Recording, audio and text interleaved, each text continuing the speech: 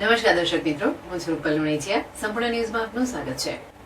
લોકસભા 2024ની ચૂંટણી પ્રચાર જોરશોરમાં ચાલી રહ્યો છે. તેવામાં ગુજરાત કોંગ્રેસની વધુ એક વિકેટ ખરી પડી છે.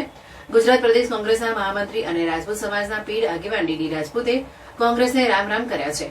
આથી બનાસકાંઠા કોંગ્રેસના પીઢ આગેવાનો કોંગ્રેસ છોડતા ગેનીબેન ઠાકોરની મુશ્કેલી વધી શકે છે.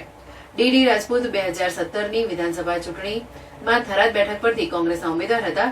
તેઓ થરાદ રાજપૂત સમાજના પ્રમુખ તરીકે હાલ કાર્યરત છે. ત્યારે લોકસભાની ચૂંટણી ટાણે ડીડી રાજપૂતે કોંગ્રેસ છોડતા કોંગ્રેસના ઉમેદવાર ગેનીબેન ઠાકોરને મોટો ઝટકો લાગ્યો છે. લોકસભાની ચૂંટણી સમયે જ કોંગ્રેસના આગેવાને રાજીનામું ધરી દેતા બનાસકાંઠા કોંગ્રેસને મોટો ફટકો લાગ્યો છે. બનાસકાંઠા જિલ્લાના સરહદી વિસ્તાર વાવ થરાદ તાલુકાના કોંગ્રેસના અગ્રણી ડીડી રાજપૂતે પોતાના ફાર્મ હાઉસ ઉપર બેઠક બોલાવ્યા બાદ કોંગ્રેસ પાર્ટીના તમામ હોદ્દા અને કાર્યકર પદેથી રાજીનામું આપી દીધું હતું. દેશમાં અયોધ્યા રામ મંદિરની પ્રાણ પ્રતિષ્ઠા વખતે કોંગ્રેસે આમંત્રણ ન સ્વીકારતા તેમની લાગણી દુભાઈ હોવાનું જણાવી કોંગ્રેસ પાર્ટીના કાર્યકર પદેથી રાજીનામું આપ્યું હોવાનું ડીડી રાજપૂતે જણાવ્યું હતું. વધુમાં તેમણે જણાવ્યું હતું કે આવનારા સમયમાં સમાજના આગેવાનો અને યુવાનો સાથે ચર્ચા કરી અને નિર્ણય લઈશ. થરાદમાં કોંગ્રેસ પાર્ટી તરફથી 2017માં વિધાનસભાની ચૂંટણી લડેલા આગેવાને પાર્ટીમાંથી રાજીનામું આપતા બનાસકાંઠા લોકસભા બેઠકના કોંગ્રેસના ઉમેદવાર ગેનીબેન ઠાકોરની મુશ્કેલીમાં વધારો થયો છે.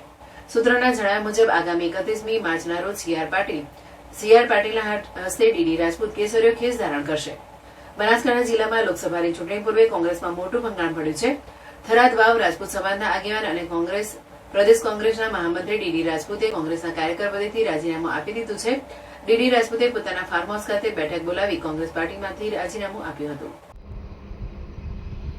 દેશ અને દુનિયામાં વસતા કરોડો હિન્દુઓની આસ્થાનું પ્રતીક એવા ભગવાન શ્રી રામલલ્લાની પ્રાણ પ્રતિષ્ઠા મહોત્સવનો અવસર જ્યારે આપણી વચ્ચે આવ્યો ત્યારે કોંગ્રેસ પાર્ટીના વરિષ્ઠ આગેવાનોને જ્યારે રામ મંદિર ટ્રસ્ટ દ્વારા ઉપસ્થિત રહેવા માટે આમંત્રણ પાઠવવામાં આવ્યું અને આમંત્રણનો પણ જો અસ્વીકાર કરવામાં આવતો હોય તો તે પાર્ટી સાથે જ્યારે પણ અસ્વીકાર કર્યો ત્યારથી હું મારા મનની અંદર ખૂબ જ દ્વિધા અને દુઃખની લાગણી અનુભવી રહ્યો હતો અને મારા આત્માને ઠેસ પહોંચી હતી.